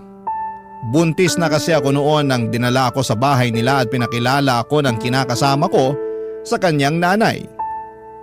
Sinabi lang sa akin ni Noriel na may pagkamasungit ang nanay niya pero kuhanin ko na lang daw ang loob para magkasundo kami. Siyempre ang gusto ko ay magkaroon ng maayos na relasyon sa nanay ng kinakasama ko. Pero kahit na anong subok ko sa simula pa lamang ay mukhang ayaw talaga sa akin ang nanay ni Noriel. Madalas niya akong angilan na parang isang dragon na anumang sandali ay bubuga ng apoy. Ang dami rin niyang sinasabi, kumilos man ako o hindi sa bahay nila. Noong ipinagbubuntis ko nga ang panganay namin ni Noriel ay nahirapan talaga ako ng husto kaya kinailangan kong tumigil sa pagtatrabaho. Pinayuhan ako ng doktor na huwag masyadong kumilos pero hindi yon maintindihan ng nanay ng kinakasama ko. Papadudot lagi niya akong inuobliga na maghugas ng pinggan at maglaba. Kasi nakikitara lang daw ako sa pamamahay nila. Yun din ang rason kung bakit takot na takot akong magbuntis sa pangalawa namin. Bagay na hindi naman maintindihan ni Noriel na mga panahong nagsasama kami sa bahay nila, Papa Dudut. Barangay Love Stories. Barangay Love Stories. Papa Dudut, may 6 na taong gulang na anak si Noriel sa dati niyang kinakasama na sinusuportahan din niya ng mga panahong yon. Kaya ang maliit niyang sweldo mula sa pagpa-factory worker ay nahati sa anak niya sa una at sa amin. Bilang ako ang babae ay sa akin nakatoka ang pagbabudget kaya masasabi kong mas madalas pa kaming kapusin kaysa nakakaluwag. Ewan. Pero kahit na anong gawin kong paghihigpit ng sinturon ay hindi talaga kami makaahon, Papa Dudut. Kaya naman takot na takot akong magbuntis noon dahil sigurado na lalo kaming malulubog sa kahirapan. Alam ko naman sa sarili ko na mahal ko si Noriel, kaya nga lang ay lagi kong sinasabi sa kanya ang mga pangarap ko at gustong mangyari sa pamilya namin. Nagkasundo pa nga kami na kapag malaki-laki na ang panganay namin ay babalik na ako sa pagtatrabaho para makatulong sa kanya. Kaso'y nabuntis niya ulit ako nang wala sa oras. At kailangan na lang naming pangatawanan ang magiging baby namin habang nagpapatuloy sa buhay, Papa Dudut. Pero aminado ako na may mga gabi pa rin na binabagabag ako ng aking mga takot para sa magiging buhay namin sa hinaharap.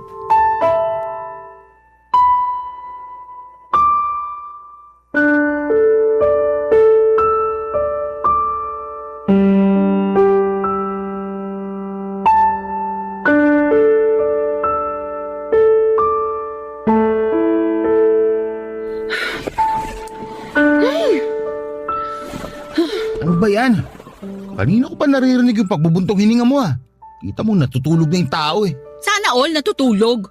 Ako rito hindi pa eh. Kasalanan ko ba yon? Pikit mo ang mga mata mo. Kung ganun lang kadali yon, sana kanina pa ako tulog. Ano ba kasi problema mo? Ikaw ang problema ko.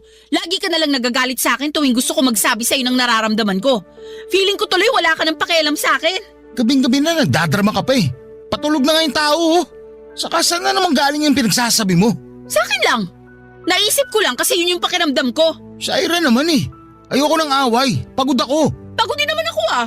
Paano ko napagod eh? Nandito ka lang naman sa bahay natin. Baka nakakalimutan mo na buntis ako tapos nag-aalaga pa ako ng anak natin, Noriel. Kung makapagsalita ka dyan, akala mo madali rin ginagawa ko ah. Ay nako, nagre-reklamo ka na naman eh. Hindi ako nagre-reklamo. O ba't ganyan tono mo? Malapit ko na tuloy isipin na hindi ka na masaya sa pamilya natin. Talaga? Nakuha mo pang isipin yun kung sakali? Oo, mahal ko kayo ng anak natin. Pati na rin itong baby na nasa tiyan ko pero hindi ko lang mapigilang mapaisip kung meron ka ba talagang pangarap para sa amin. Ano na naman ba yan? May plano ka ba talagang ibukod kami ng mga bata? Ano? Alam mo kung anong sinasabi ko. Hindi ko alam. Ewan ko sa'yo. Ng bahay, Noriel.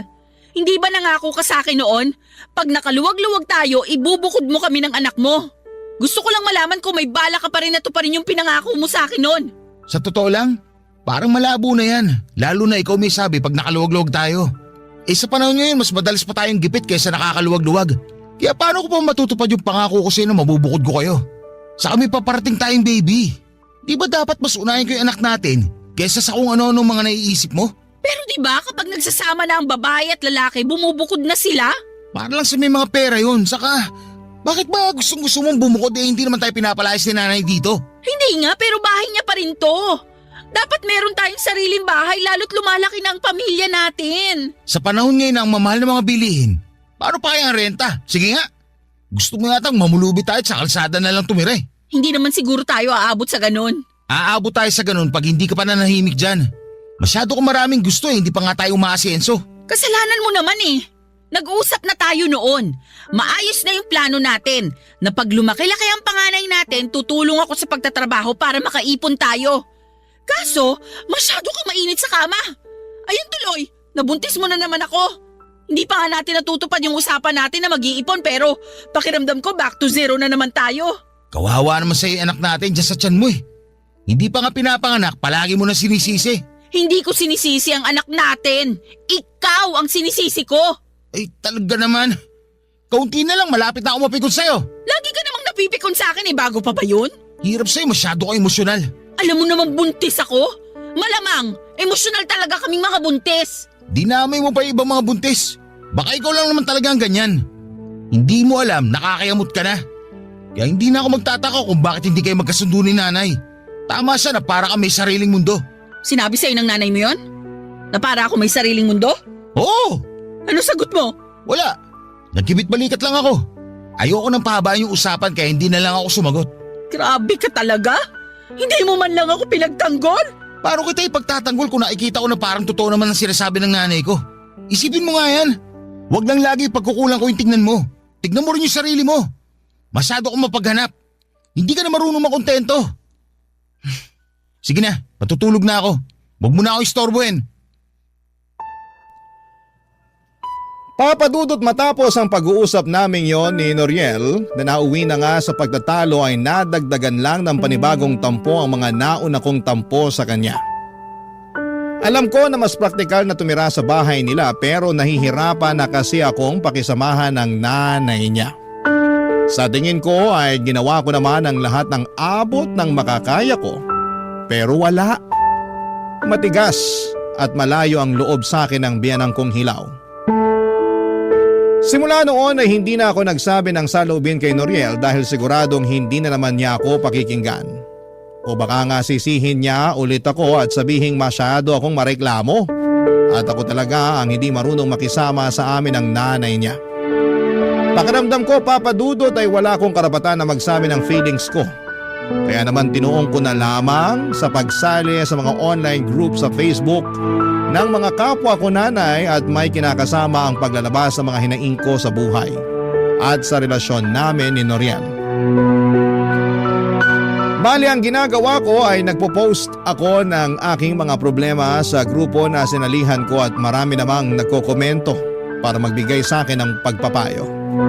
Hanggang sa may napansin akong isang Facebook account na paulit-ulit na nagko-comment sa mga post ko. Hindi nagtagal ay nag-chat sa akin ang naturang account para makipagkaibigan. Akala ko ay kapwa ko rin siya nanay kaya inaccept ko ang friend request niya sa akin sa Facebook. Pero makalipas ang ilang araw ng pag-uusap namin ay inamin niya na isa siyang lalaki papadudot.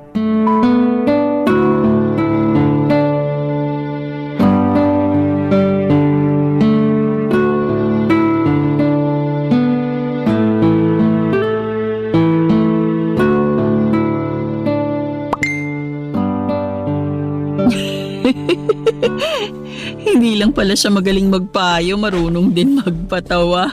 Sino marunong ding magpatawa? Po? Sino nga yung marunong magpatawa? Wala po. Anong wala? Patingin ang cellphone mo. Ayoko po. O bakit? Siguro may tinatago ka sa akin ano? Bakit naman po ako may itatago sa inyo? Aba ewan ko. Galing ako sa kusina, katatapos ko lang magluto. Naabutan kita nakaupo na naman dito sa bangko habang pangiti-ngiti. Tapos sabi mo, marunong din siya magpatawa. Eh sino ba yung marunong magpatawa na yon, ha? Si ano po? Si Papa Dudut po. Si Papa Dudut? Opo. Katatapos ko lang po kasing makinig ng Barangay Love Stories.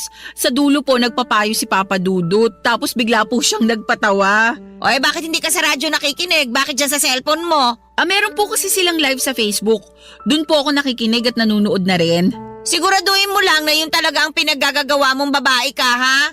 Nay naman, ano pa po bang iba kong gagawin sa Facebook? Aba, ewan ko sa'yo. Napapansin ko na, panayan ang inaatupag mo. Hindi naman po, ngayon lang po ako umupot nag-cellphone eh. Hindi raw. Ayos-ayusin mo lang talaga dahil pag nalaman ko na may ginagawa kang milagro dyan sa cellphone mo, nako, palalayasin kita rito sa pamamahay ko. Sobra naman po kayo sa ginagawang milagro. Alam niyo po ba na masama ang mambintang? Oy, kaya nga ayusin mo. Matanong ko nga po kayo, Nay. Total, nag-uusap na tayo. Ano yon? Curious lang po ako kasi matagal na rin naman na akong nakatira sa inyo eh. Ano nga yon? Dali-dali ano't may pinapakulo pa akong bulalo dun sa kusina. Bakit po ba ba ang init ng ulo niyo sa akin? Sa pagkakaalam ko wala naman akong ginagawang masama sa inyo. Pero palagi pa rin kayong nagagalit sa akin. Nagtanong ka pa talaga ha? Hindi pa ba halata? Naalin po? Na ayoko sa'yo. At kahit na wala ka pang gawing masama, ayoko na talaga sa'yo nung unang beses pa lang nakita kitang tumapak dito sa pamamahay ko. Bakit naman po? Aba, hindi ko alam. Malay ko. Basta naiinis ako sa pagmumukha mo kapag nakikita ka. Pero wala naman ako magawa dahil nanay ka ng apo ko eh. Parang ang unfair naman po nun sa akin kasi ginagawa ko naman lahat para mapalapit sa inyo. Sabi ni Noriel, kuhain ko lang daw ang loob nyo para magkasundo tayo. Pero parang ang tigas-tigas nyo pagdating sa akin. Eh, ganun talaga.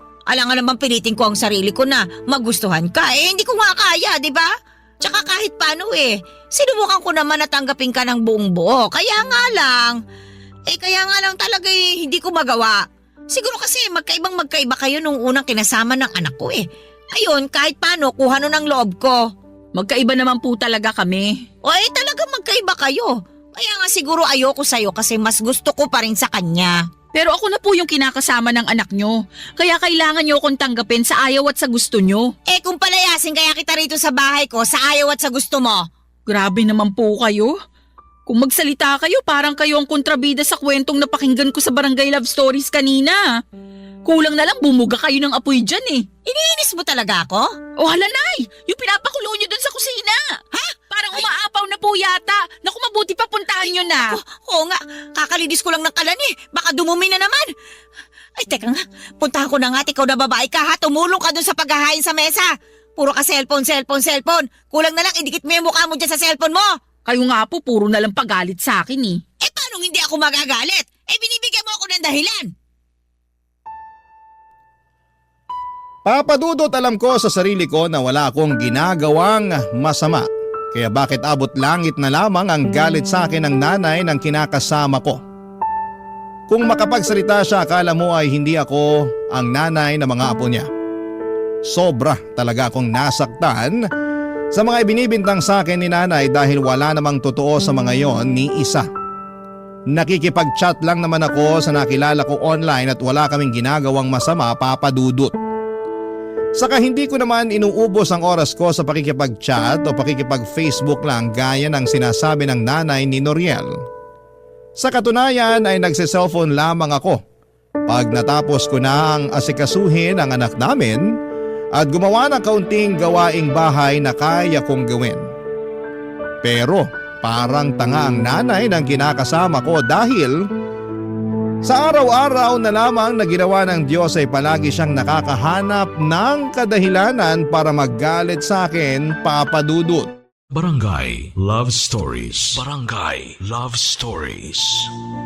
Papadudot dahil wala namang ginagawa si Noriel sa tuwing inaagrabyado ako ng nanay niya ay hindi niyo ako masisisi. Kung lalong lumayo ang loob ko sa kanya. Pakiramdam ko ay mas matimbang talaga sa kanya ang nanay niya kesa sa akin at sa mga anak namin.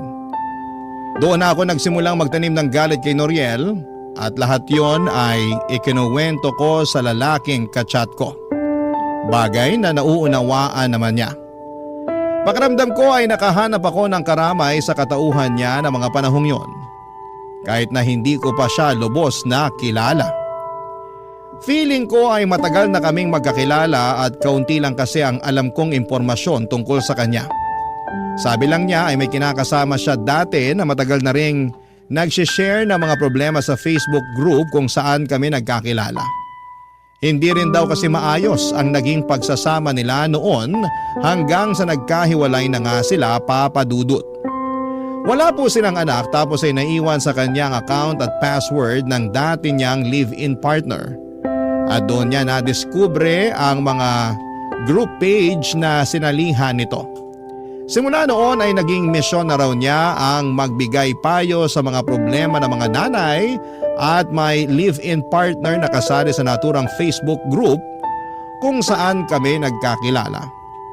At masasabi ko na magaling talaga siyang magpayo, kaya naman aminado ko na napagaan niya ang kalooban ko. Kaya lang habang mas lumalalim ang pagkakaibigan namin, mas lalo pala akong binabantayan ng nanay ni Noriel, papadudot.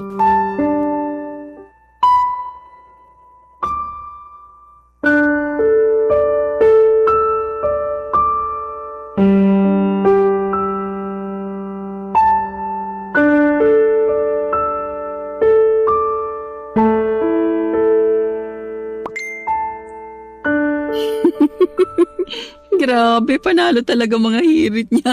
Tawang-tawa ako. Sinasabi ko na nga ba't may iba kang kinakausap sa cellphone eh?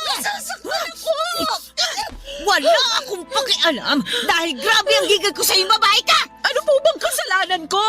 Wala naman po akong ginagawa sa inyo. Nagmamaang-maangan ka pa eh, kanina pa ako dyan sa likod mo. Kaya nababasa ko na may kachat kang nagpapatawa sa'yo. Po! Paano kanina pa kayo dyan sa likod ko? Tapos hindi ko man lang kayo naramdaman? Dahil niyo pang multo ah! Dito na po ako. Diyan po si Shaira. Hindi ko pa natatanggal sa akin ang mga ng lahat ng buhok niya. Inaano po ba kayo ni Shaira? Bakit hindi mo tanongin niya magaling mo kinakasama kung bakit ako gigil na gigil sa kanya? Noriel, sinasaktan ako ng nanay mo eh wala naman akong ginagawang masama sa kanya. Wala raw! Abay, napakasinungaling mo ah! Nagsasabi po ako ng totoo. Hindi ako nagsisinungaling. Ano ba kasi nangyayari dito? Ano pinag-aawayan nyo?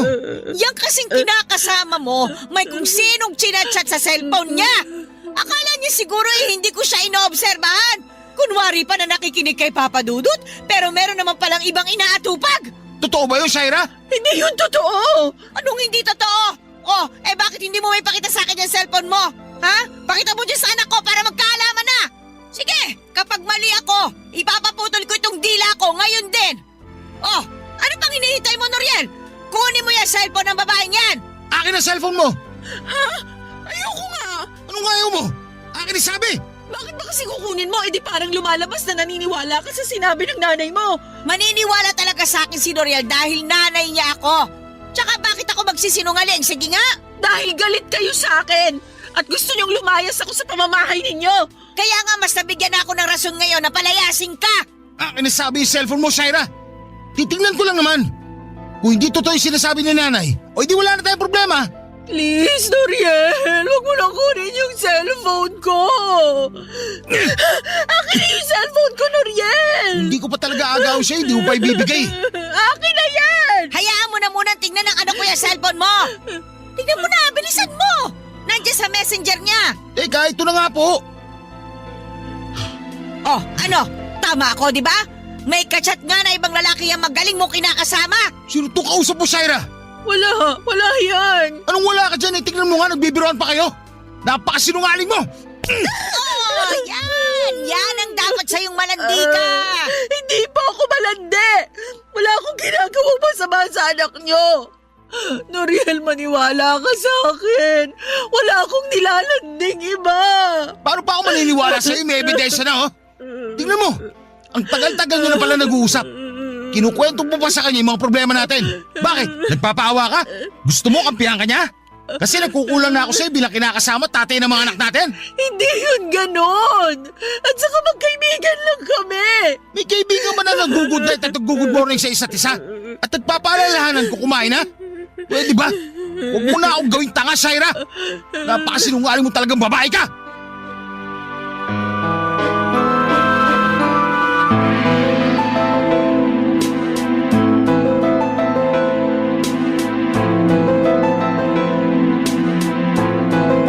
Papadudot, hindi ko akalain na nakaabang lang pala sa akin ang nanay ng kinakasama ko para magkamali ako. At nang sa ganoon ay mapagbuhatan niya ako ng kamay katulad ng ginawa niya sa akin ng araw na yon. Kahit na anong iyak ko at pagmamakaawa na huwag na niya akong saktan ay hindi pa rin siya nakinig sa akin, Papadudot. Nagbingi-bingihan siya sa pagmamakaawa ko at patuloy akong sinaktan. Pero ang higit na mas masakit sa akin ay ang pagkampi sa kanya ni Noriel, Papadudot. Guilty din naman ako at hindi ko alam kung paano ko ipagtatanggol ang sarili ko dahil may ebidensya na nakikipag-chat ako sa ibang lalaki online. Bagamat wala namang kaming ginagawang masama ay hindi pa rin ako pinaniwalaan ng mag-ina. Ipinilit nila, lalo na ni Noriel, na nanlalalaki ako at makapal daw ang aking mukha. Yun na rin ang simula ng panlalamig ng kinakasama ko sa akin dahil kumbinsido siya na may iba na ako. Isama pa ang sulsol ng nanay niya Simula noon ay tinigil ko na ang pakikipag-usap ko sa chat at blinako na siya sa messenger ng walang paalam. Aminado ako na noong una ay nalungkot ako pero dahil guilty din naman ako sa pakikipag-usap sa iba ay wala na ako nagawa. Alam ko sa sarili ko na kailangan kong bumawi kay Noriel. Kaya lang mas pinaramdam sa akin ang kinakasama ko na hindi niya ako kayang patawarin sa kasalanan na nagawa ko, Papa Dudut.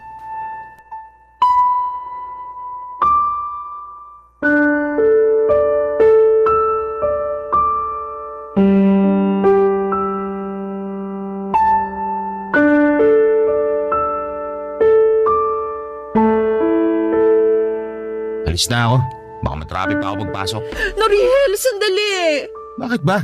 Teka lang, mag-usap muna tayo. Ano mag-usap? Hindi ba narinig sinabi ko? Baka matraffic ako pagpasok sa trabaho. Lunes pa naman ngayon. Palibasa wala kang alam kasi ikaw nandito ka lang sa bahay. Sobra ka naman. Totoo naman eh. Hindi ka nagtatrabaho sa atin. Ako naman hindi ba? Tapos nandito ka lang sa bahay at wala ka namang ibang ginawa kundi mag-cellphone. Baka nakakalimutan mo, nag-aalaga rin ako ng anak nating panganay. Hoy, dapat lang para naman may silbi ka. Ha? Anong may silbi? Sa lagay, tagapag-alaga na lang ng anak natin yung papel ko sa mundo? Oo, dahil ikaw ang nanay ng anak natin. Pati na rin yung baby nasa tiyan mo. Alam mo, huwag ka na magsimula ng drama dyan dahil bubuwis lang ako sa pagbumuka mo. Kunwari ka pa na mabait. Yung pala pag nakataligod ako may ginagawa ka milagro. Wala sabi akong ginawang milagro. Wala akong ginawang masama. Lukoy mo lelang mo. Tigil-tigilan mo ko dyan sa kasinungalingan mo, Shaira. Ha? Pasalamat ka, buntis ka, kundi. Kundi ano? Sasaktan mo na naman ako katulad ng ginawa mo sa akin nung isang araw? Hindi naman kita sinaktan nun Sinampalan kita. Hindi pa ba pananakit ang tawag mo doon? Normal na reaksyon lang yun ng taong galit. Dahil nahuli ko lang naman na kinakasama ko na may kinakausap na ibang lalaki sa cellphone. Sige nga, kung ikaw nasa posisyon ko, ano mararamdaman mo? Magiging masaya ka ba? Magpapaparty ka ba kasi nalaman mong gumagawa ako ng kalokohan? Siyempre hindi, pero ilang beses ko bang dapat sabihin sa'yo na magkaibigan lang kami nung lalaking kausap ko sa chat? Wala kaming ginagawang masama. Hindi ako nagloko sa'yo. Hindi pa, pero papunta na rin yun doon. Akala mo yata talaga tanga ako no? Akala mo pinanganak ako kahapon. Akala mo palalagpasin ko na lang yung kinakasama ko na may kinakausap na ibang lalaki. Binasa ko kaya lahat ng usapan nyo kaya alam ko nagsusubo ka sa kanya. Lalo na pag may problema tayo.